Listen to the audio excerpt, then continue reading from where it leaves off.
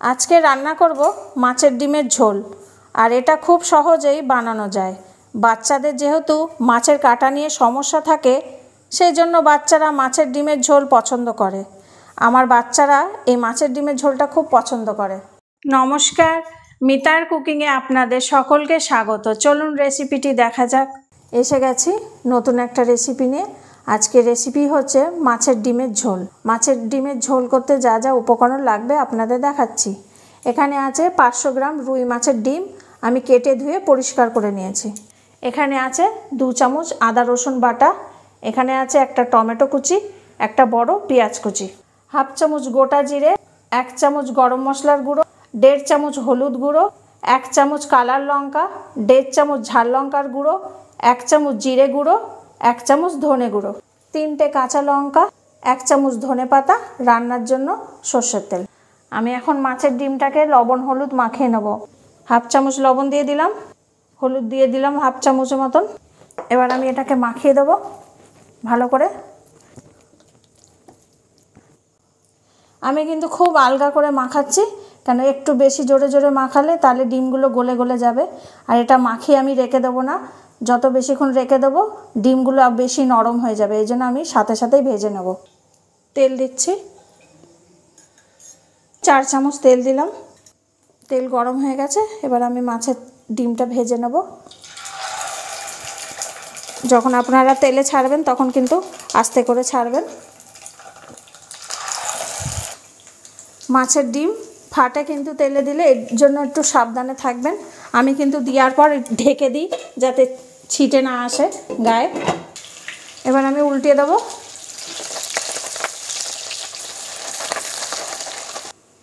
ভাজা হয়ে গেছে, এবার আমি তুলে নেব। মাছের ডিম ভাজতে গেলে তেলে একটু ফেনা ফেনা হয়।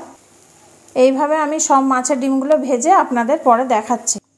ডিমগুলো ভাজা হয়ে গেছে, এবার আমি রান্নাটা শুরু করব। ওই তেলের মধ্যেই আমি 1 চামচ তেল দিয়ে দিলাম। তেলের মধ্যে জিরে দিয়ে দিলাম। জিরে দিয়ে একটু নেড়ে নিলাম। ভালো যখন গন্ধ বেরোবে তখন পেঁয়াজটা দিয়ে দেবো। জিরে ভাজা হয়ে গেছে, পেঁয়াজ ঢেলে দিলাম। পেঁয়াজটা এবার আমি 2 মিনিট ভেজে নেব। পেঁয়াজ ভাজা হয়ে গেছে, আমি এবার টমেটো দিয়ে দিলাম।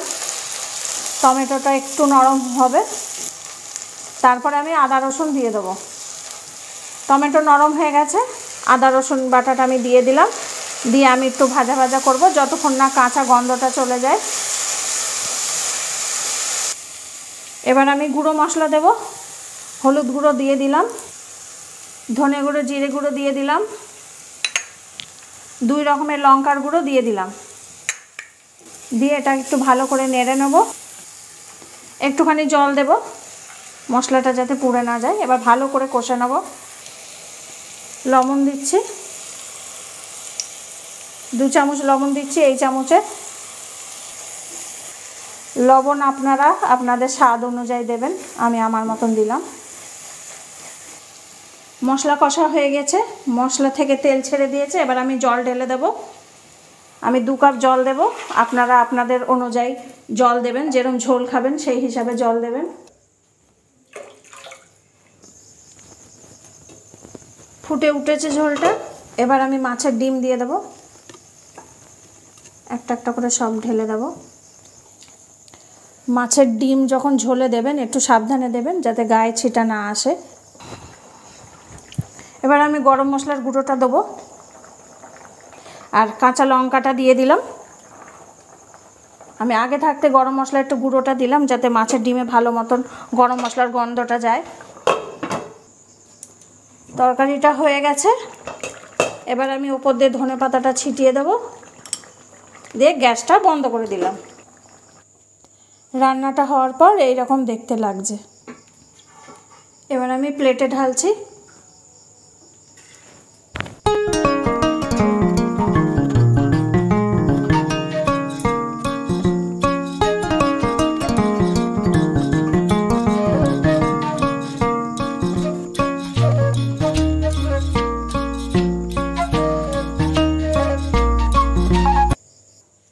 মাছের ডিমের ঝোল হয়ে গেছে, আমি প্লেটে ঢেলে দিয়েছি।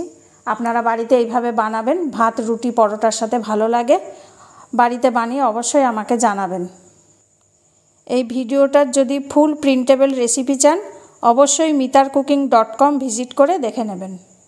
রেসিপিটি যদি ভালো লেগে থাকে তাহলে লাইক কমেন্ট শেয়ার করবেন, আর যদি ভালো না লাগে ডিসলাইক দিয়ে অবশ্যই একটা কমেন্ট করে জানাবেন। সকলে ভালো থাকবেন, আসি তাহলে।